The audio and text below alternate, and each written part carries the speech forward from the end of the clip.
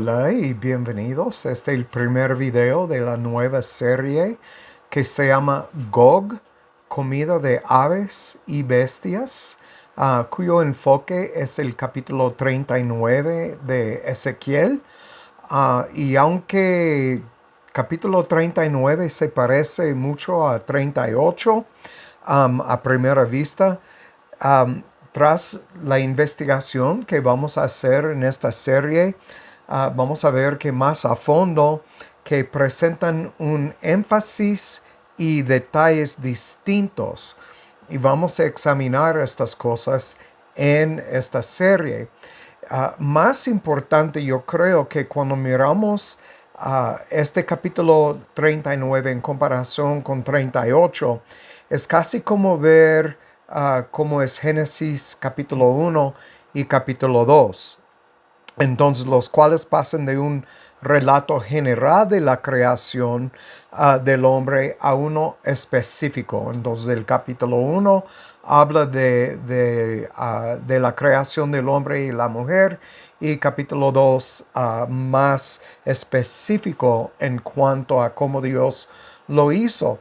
Entonces, de una manera de hablar, así es capítulo 38 y 39. En 39 observamos un relato general de la última guerra, Gog y Magog, que vienen y invaden las montañas de Israel junto con sus tropas, como miramos en el principio de la última serie, y seguido de un relato específico en 39, como Jehová va a tratar con Gog y su destrucción. Y en esto vemos y leemos que Dios va a tomar de Gog y sus tropas y hacer de ellos comida para las aves y las bestias. Entonces, um, es algo que vamos a examinar más a profundo a través de esta serie. También vamos a, obviamente, estar en otros libros como en Apocalipsis. Vamos a tocar de nuevo Apocalipsis 20 y hablar de algunas cosas que no les he mostrado en otros videos en cuanto a algunas cosas sobre Kilia, por ejemplo. Cosas importantes para ayudarnos una vez más ver estas cosas y entender por qué, otra vez lo repito, como he dicho muchas veces, que la traducción de 1000 años es una traducción mala. Y vamos a hablar mucho sobre cómo los griegos miraron a números en la primera época. Tiene mucho que ver con lo que leemos en Apocalipsis 20.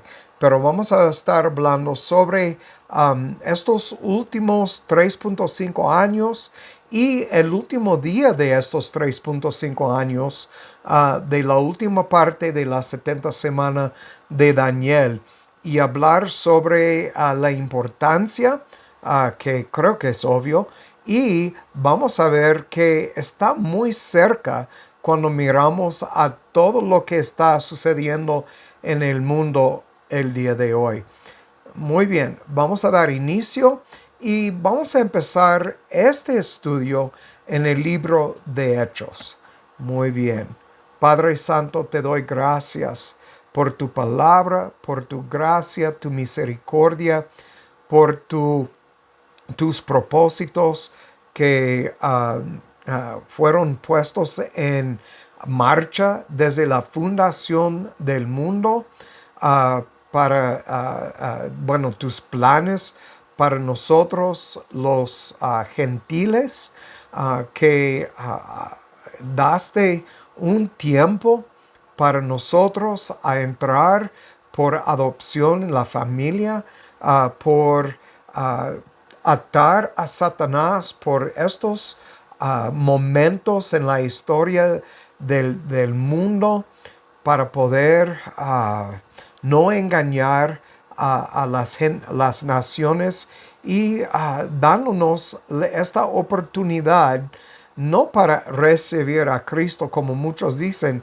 sino para llegar a un conocimiento y entendimiento de ti, de tu palabra, de lo que es caminar en el camino estrecho y vivir una vida recta ante ti. Y te damos gracias por todo esto.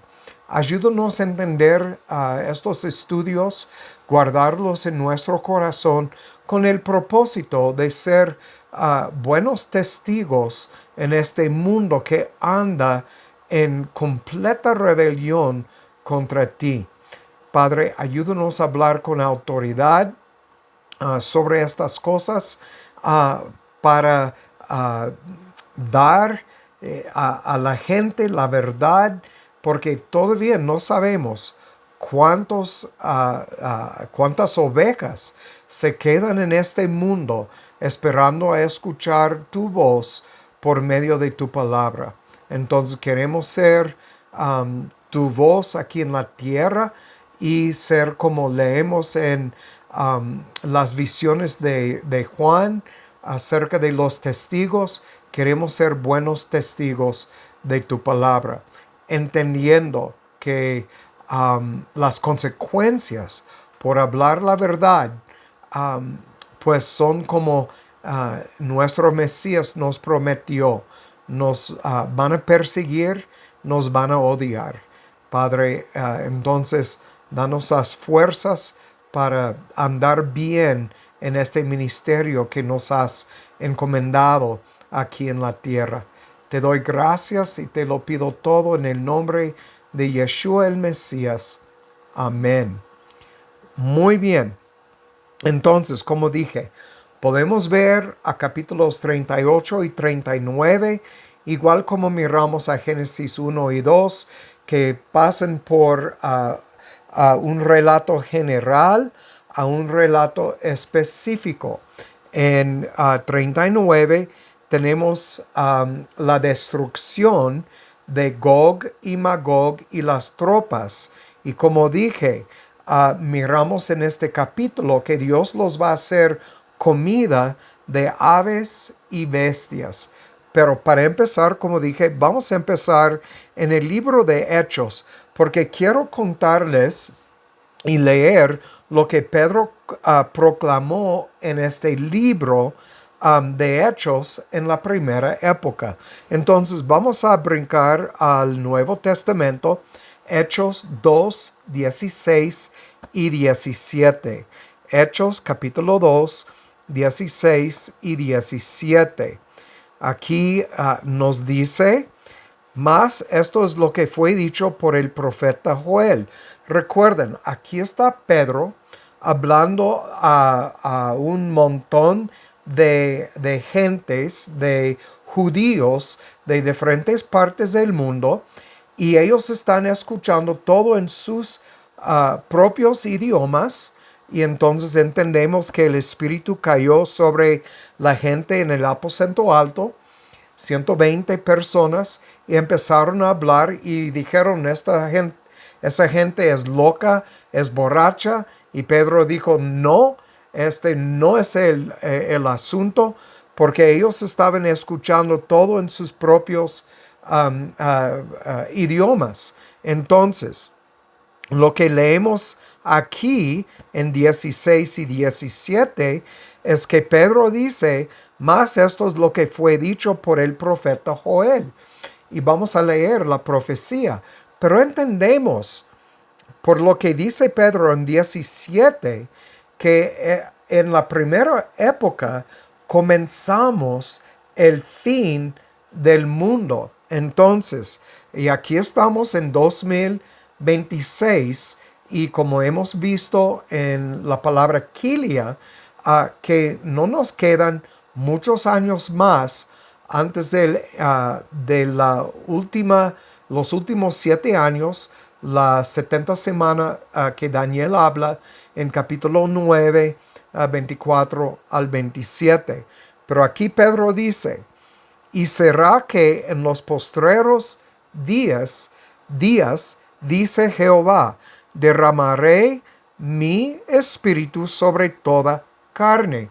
Recuerden, ¿cuál es el nuevo pacto. Lo leemos en Ezequiel 36, Jeremías 31, que habla de donde Jehová dice que en el nuevo pacto, que Él va a poner su espíritu en su gente, no en cada individuo, en la gente que Jehová ha escogido. También dice que va a cambiar el espíritu de la gente para ser un espíritu listo para recibir de su espíritu. Va a cambiar el corazón de ellos de piedra a carne y va a poner su ley en sus corazones y su gente van a obedecer, como hemos visto en Ezequiel 36, 22 al 27. Y aquí voy a seguir leyendo. Derramaré de mi espíritu sobre toda carne, y vuestros hijos y vuestras hijas profetizarán, y vuestros jóvenes verán visiones, y vuestros ancianos soñarán sueños. Y de cierto sobre mis siervos y sobre mis siervas derramaré mi espíritu en aquellos días, y profetizarán. Entonces, quiero hablar un poco sobre donde dice toda carne, porque es importante entender lo que quiere decir esto y lo que no quiere decir. Hemos hablado mucho sobre el hecho de que en ninguna parte del Antiguo ni Nuevo Testamento habla de cada individuo. Cuando hablamos sobre predestinación, palabras que Pablo usa, palabras dadas a Pablo por medio del Espíritu de Jehová, hablando acerca de su gente, los elegidos o escogidos, o la iglesia, que es eclesia, que se traduce del griego a los llamados fuera, eclesia, entonces ec y lego. Entonces aquí miramos, dice toda carne. ¿Qué quiere decir? Recuerden, antes, cuando Cristo andaba en la tierra de su vida y antes, solamente los judíos habían recibido la revelación acerca de Jehová y su plan para la gente.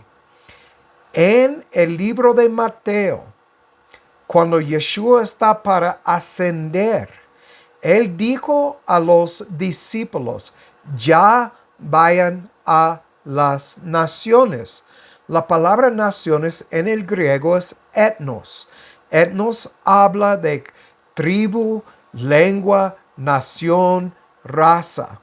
Y entonces abrió la puerta para los gentiles, toda carne. Entonces primero fue de una sola carne los judíos, y ahora es toda carne los gentiles. Pero muy importante entender esto. Vamos a verlo en las escrituras ahorita. Vamos a brincar al libro de Juan, capítulo 6, y vamos a leer lo que Juan escribió, palabras del Mesías. Este es muy importante, porque el Mesías, hablando aquí en el versículo 44, 6:44, dice, voy a leer 43 y leer esto en su contexto. No murmuréis entre vosotros. Recuerden, en versículo 41 dice, y murmuraban de él los judíos, porque dijo, yo soy el pan que descendió del cielo. Y decían, ¿no es este Jesús? Y Jesús en griego, Yeshua en el hebreo, el hijo de José, cuyo padre y madre nosotros conocemos. ¿Cómo pues dice esto? Yo he descendido del cielo. Y Yeshua responde, no murmuréis entre vosotros. Ninguno, entienden esto, ninguno, ni judío ni gentil, puede venir a mí si el Padre que me envió no le trajere. Quiero hablar de esta palabra en el griego. Ya les he hablado sobre esto en el pasado, pero una vez más para recordarles de esta palabra, trajere. Trajere en el griego es el número 1670. Es el cuo, el cuo. Entonces, esta palabra es arrastrar, literalmente o figurativamente. Así se traduce, arrastrar. ¿Por qué arrastrar y no traer? Porque Dios tiene que arrancarnos del mundo, de los deseos de la carne, para ponernos en el camino estrecho. Nos arrastra, nos mete por la puerta angosta en el camino estrecho y pone su ley en nosotros y nos a fuerzas, a nuestra carne, a fuerzas, nos hace hacer su voluntad. ¿Cómo a fuerzas? ¿Por qué digo esto? Vamos a brincar al libro de Romanos capítulo 8. Romanos capítulo 8. Aquí es muy importante entender esto. Aquí Pablo, hablando de la ley, hablando de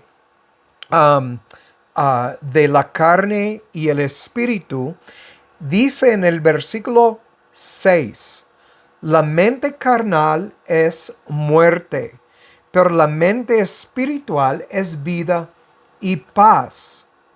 Porque la mente carnal es enemistad contra Dios. Por eso Dios tiene que arrastrarnos. No es una invitación. Dios nos arrastra. Habla de venir a fuerzas contra nuestra propia voluntad. Hay muchos que dicen que el hombre tiene libre albedrío. Es falso. Es una falsa doctrina.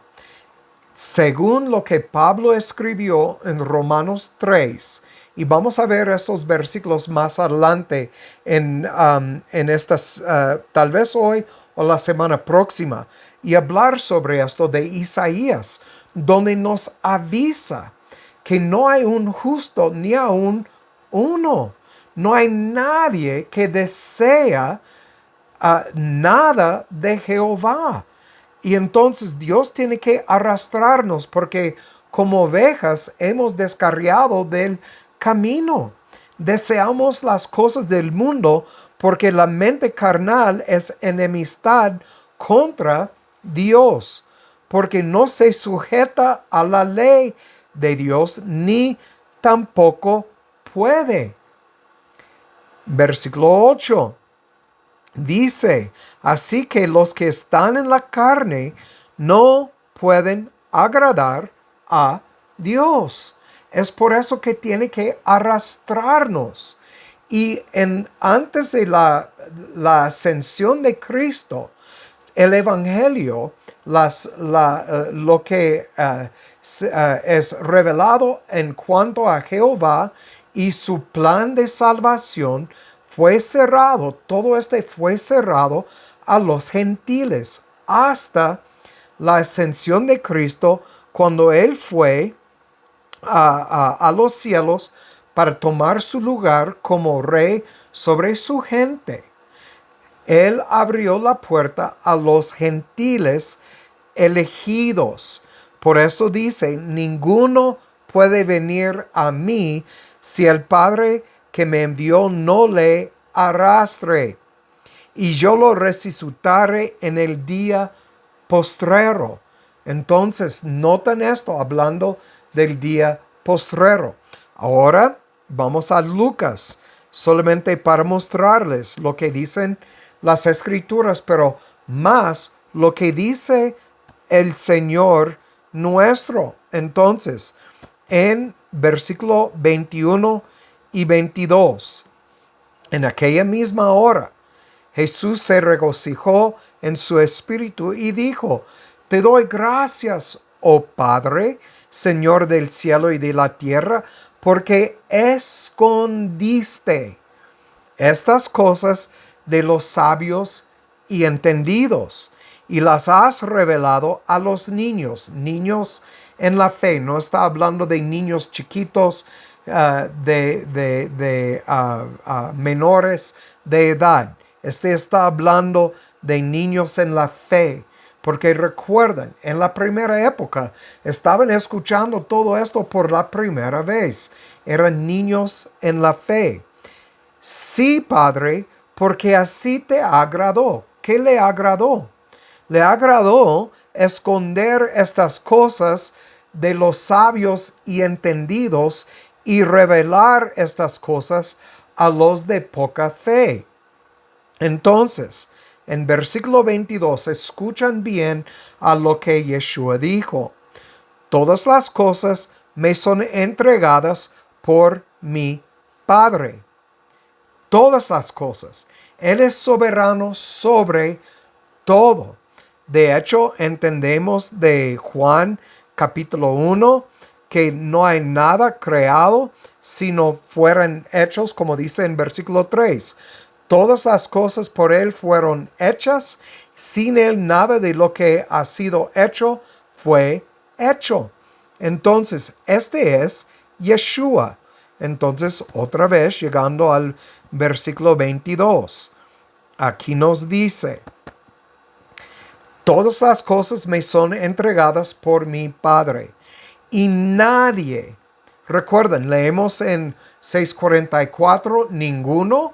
Aquí tenemos nadie, y nadie sabe quién es el Hijo sino el Padre. Escuchen bien a esta próxima parte. Ni quién es el Padre sino el Hijo y a quien el Hijo lo quisiere revelar. Entonces, Yeshua va a revelar el Padre a los que Él desea, porque el Padre le ha dicho, como leemos en Juan 17, el Padre le ha dado al Hijo los que el Padre desea salvar. ¿Quiénes son estas personas? Son los que tienen, o las personas que tienen sus nombres escritas en el libro de la vida desde la fundación del mundo. Entonces, cuando volvemos a Hechos 2, 16 al 17, Hechos 2, 16 al 17, y leemos aquí, cuando leemos aquí, en los postreros días derramaré mi espíritu sobre toda carne, no está hablando de cada individuo, está hablando de los gentiles que Jehová ha escogido desde la fundación del mundo. Y son ellos, son dos grupos de personas escogidas. Yeshua lo dijo en Juan capítulo 10. Dijo, tengo ovejas, recuerden, ovejas en un redil y otras ovejas en otro redil. Hablando de los judíos en un redil y gentiles en otro redil. Y él dijo que quiere unir todos en un solo redil. Entonces, este es como fuimos reconciliados al Padre, y todos como hermanos reconciliados por la cruz. Y entonces somos una sola familia. Entonces, ¿qué quiere decir? ¿Somos judíos? Sí, somos judíos espirituales. De hecho, vamos a Romanos capítulo 2 y aquí les puedo mostrar bíblicamente cómo es que nosotros somos judíos. Versículo 27. Bueno, voy a empezar en 25. Dice, pues la circuncisión, hablando de la carne, ciertamente aprovecha si guardas la ley. Pero entendemos de Josué 24:19 que es imposible guardar la ley. Aparte, solamente tenemos que leer el Antiguo Testamento y vemos que Israel no podía guardar la ley, ni Moisés, ni David, ni ninguno. Entonces, dice, la circuncisión ciertamente aprovecha si guardas la ley, pero si eres transgresor de la ley, tu circuncisión es hecha incircuncisión. Entonces no importa si fuiste circuncidado bajo la ley y no guardas toda la ley perfectamente, no importa. Versículo 26 dice, de manera que si el incircunciso, en este caso está hablando de los gentiles, porque la circuncisión metafóricamente o se refiere a los judíos, incircunciso se refiere a los gentiles.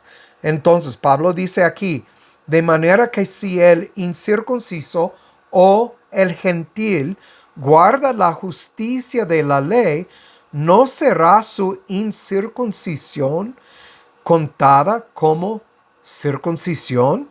La respuesta es sí. 27. Así que el que es incircunciso por naturaleza, si cumple la ley, ¿no te juzgará a ti que con la letra y la circuncisión eres transgresor de la ley? La respuesta otra vez es sí. 28. Porque no es judío él lo que es por fuera. La circuncisión no hace a uno un judío, ni es la circuncisión la que se hace exteriormente en la carne. Entonces entienden esto.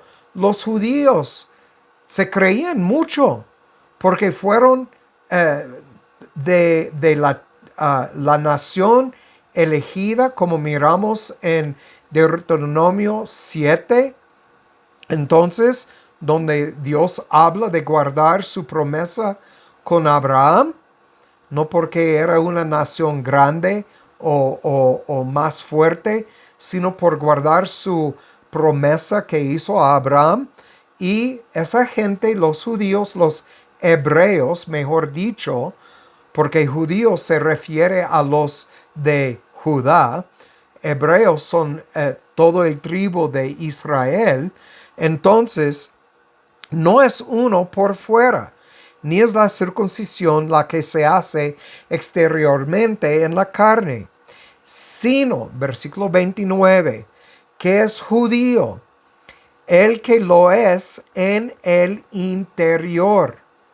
Recuerden, Yeshua es de la tribu de Judá. Es el hermano mayor de la familia. Fuimos adoptados por su obra en la cruz. Nosotros entonces somos espiritualmente de la tribu de Judá. Es lo que Pablo nos muestra aquí en 29. Sino que es judío el que lo es en el interior. Y la circuncisión es la del corazón. Este es el nuevo pacto, en espíritu, no en letra, cuya alabanza no es de los hombres, sino de Jehová. Él recibe toda la gloria, porque Él ha escogido una familia para sí mismo, ha proveído para su reconciliación, su salvación, su santificación, porque Él es el único que lo puede hacer y lo hizo por venir al mundo y se hizo carne y fue a la cruz y derramó su sangre. ¿Por qué? Porque la ley requiere sangre para cubrir los pecados. Esto es lo que miramos en el libro de Deuteronomio y el libro de Levítico. Leemos sobre los sacrificios. Y cuando hablamos del antiguo pacto que fue hecho por Jehová, el único que puede cumplir con este pacto, porque el hombre es incapaz, es Dios, pero Dios es espíritu. Por eso se hizo carne y vino para cumplir el pacto, porque sin esto sería imposible para cualquier hombre entrar en su presencia. Pero él hizo una promesa a Abraham de tener gente de cada tribu, nación y lengua como parte de su familia. Y entonces él, por guardar su promesa, entonces vino, se hizo carne, murió en la cruz, derramó su sangre, dando a su gente elegida la posibilidad de entrar en su presencia por toda la eternidad. Entonces, estos días, volviendo a Hechos 2, vamos a volver, Hechos 2, 16 y 17.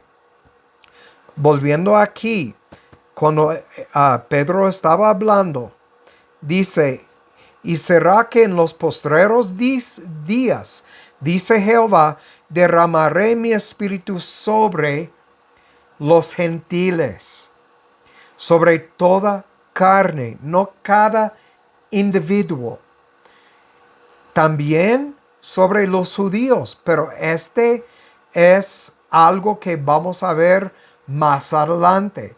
Por mientras, y leemos esto a través del Nuevo Testamento, los judíos andan ciegos. Quiere decir que no hay ninguno ahorita que está que fue arrastrado. Obviamente, Dios arrastró en la primera época sus discípulos, los discípulos del Mesías. Aarón, Moisés en el antiguo pacto, bajo el antiguo pacto, David, entre muchos otros. Pero ahorita es el tiempo de los gentiles. Este es lo que leemos en Apocalipsis 20, que Satanás está atado de engañar más a las naciones. Este es toda carne que leemos aquí en 17. Espero que puedan entender esto. Y entonces, vamos al versículo 1 de este mismo capítulo. Y cuando llegó el día de Pentecostés, estaban todos unánimes en un mismo lugar.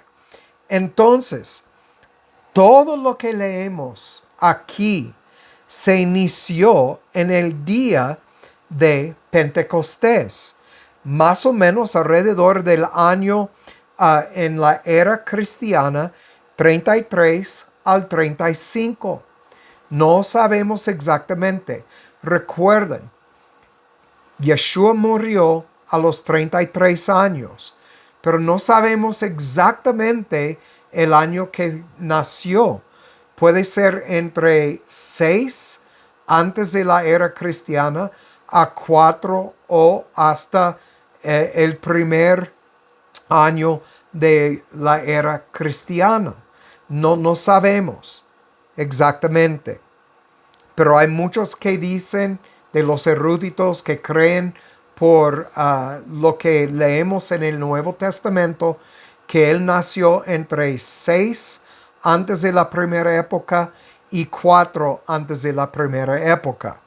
Entonces, voy a hablar un poco sobre el día de Pentecostés, lo que es y lo que no es, porque es muy importante, porque hay una denominación que tiene desde más o menos los 40 que se llama Pentecostés, y ellos Hablan, obviamente, los carismáticos hablan sobre hablar en lenguas basado en lo que leemos aquí en capítulo 2. Lenguas no tienen nada que ver con Pentecostés.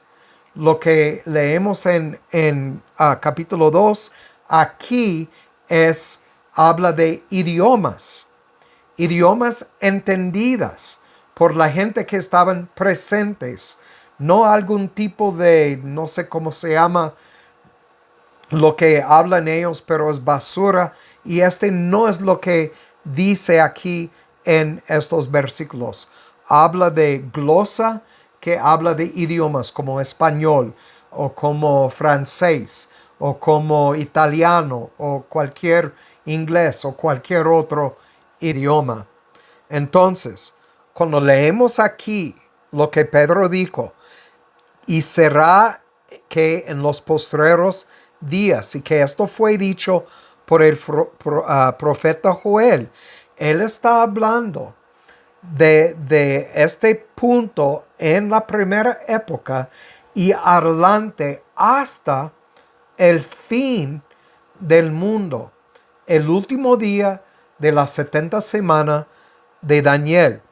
Cuando hablamos aquí de Pentecostés, voy a leer lo que encontramos en el diccionario de Vines. Es número 4005. Es un adjetivo que denota quincuagésimo. Se utiliza como nombre sobreentendiéndose día. Esto es el quincuagésimo día después de la Pascua. Recuerdan, en la primera época, Yeshua celebró la Pascua con sus discípulos. 50 días después, aquí encontramos a Pedro hablando a todos los judíos, los hebreos que se presentaron en Jerusalén para las fiestas de estos días. Entonces, contando a partir del segundo día de la fiesta, para las instrucciones divinas a Israel, encontramos en Éxodo 34, 22. Vamos a Éxodo 34, el versículo 22, porque habla sobre este día. En el versículo 22 nos dice: y celebrarás la fiesta de las semanas, la de las primicias de la siega del trigo y la fiesta de la cosecha al final del año. Ahora vamos a brincar a Levítico 23. Levítico capítulo 23, y vamos a leer 15 y 16. Aquí hablando de la fiesta de las semanas. Y os habéis de contar desde el siguiente día del Shabbat, desde el día en que ofrecisteis el manojo de la ofrenda mecida. 7 semanas cumplidas serán 49 días. Hasta el siguiente día del Shabbat séptimo contaréis 50 días. Entonces ofreceréis grano nuevo a Jehová. Es lo que quiere decir Pentecostés. No tiene nada que ver con hablar en algún tipo de idioma tonta. Tiene que ver con la celebración judío que miramos aquí en Éxodo y Levítico. Entonces, el último de estos 50 días fue el día de Pentecostés, día en el cual se ofrecieron los 2 panes de la ofrenda mecida como acción de gracias por haber concluido su cosecha. Entonces, quiero leerles para terminar esto. En el próximo video vamos a ir a Joel 2:28 y hablar sobre esto. Pero ahorita quiero leer del libro de Deuteronomio, capítulo 14. Y vamos a leer aquí acerca del diezmo. Y quiero que ustedes escuchen lo que dice bajo el antiguo pacto, bajo la ley, en cuanto a la cosecha. En cuanto al diezmo. Entonces, sin falta, este es Deuteronomio 14:22. Sin falta, diezmarás todo el producto de tu sementera, que rindiera tu campo cada año. Y comerás, noten lo que deben de hacer con el diezmo de su campo. Comerás delante de Jehová tu Dios en el lugar que Él escogiere para hacer habitar allí su nombre. El diezmo de tu grano, de tu vino, de tu aceite y los primogénitos de tus manadas y tus ganados, para que aprendas. Notan el propósito.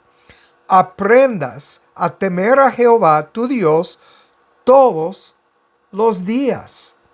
Entonces, deberían haber tomado de las primicias de todo lo que Dios había proveído para ellos, para celebrar en su presencia y aprender así a temer a Jehová su Dios todos los días. El diezmo no es para mantener un edificio. Ahora, déjame aclarar algo.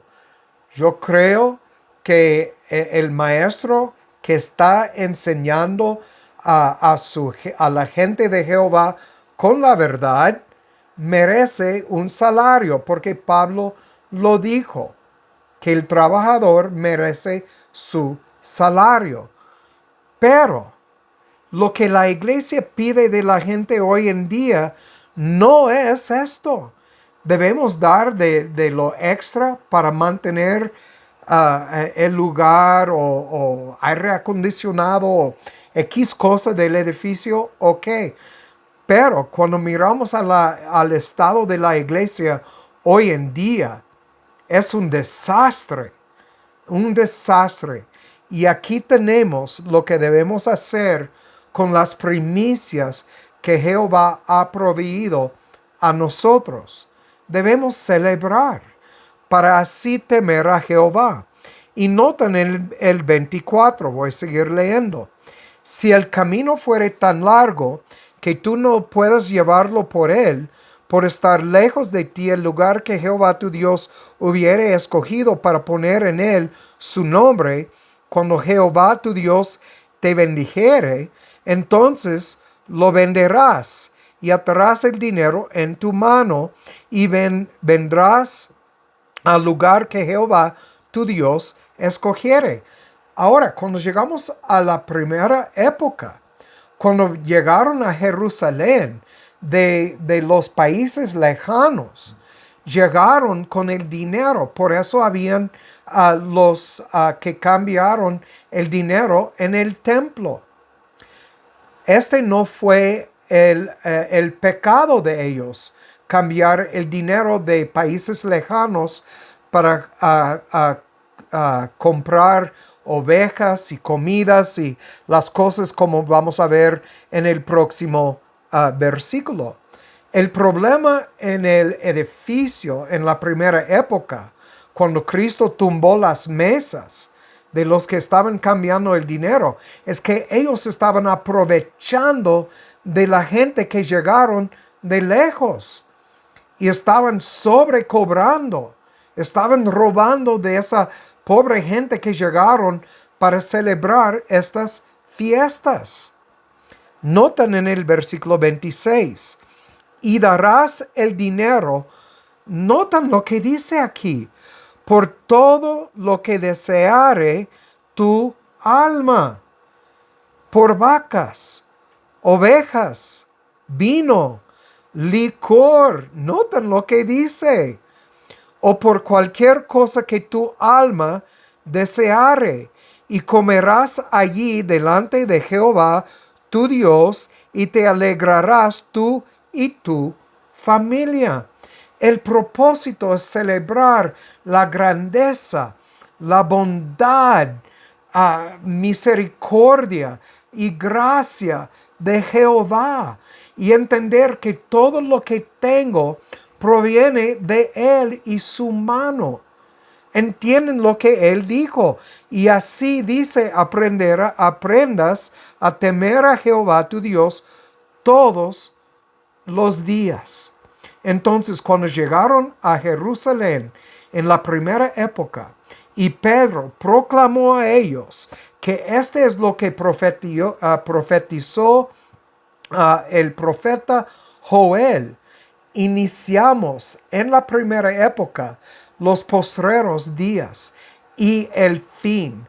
Llegaron a todos de países lejanos para celebrar ante Jehová estas fiestas, y Dios puso en Pedro y en los discípulos y los otros el entender y hablar de idiomas para proclamar estas verdades de quién es Yeshua, del hecho de que Él es el Mesías que vino al mundo, y entendían la palabra Yeshua, porque quiere decir que Jehová que salva, es lo que quiere decir su nombre. Y entonces escucharon estas cosas en su propio idioma, y Pedro proclamó, fue un testigo, como leemos en Apocalipsis 11, un testigo que habló con poder y autoridad estas buenas nuevas. La semana próxima vamos a ver a Joel 2:28. Vamos a ver la profecía y hablar sobre esto, porque tiene todo que ver con Apocalipsis 11, con Apocalipsis 20 y Ezequiel 38-39, y el fin de las 70 semanas de Daniel. Muy bien, es todo por mientras. Como siempre digo, el que tiene oído para oír, que oiga, y que Jehová haga su voluntad en sus vidas. Chao.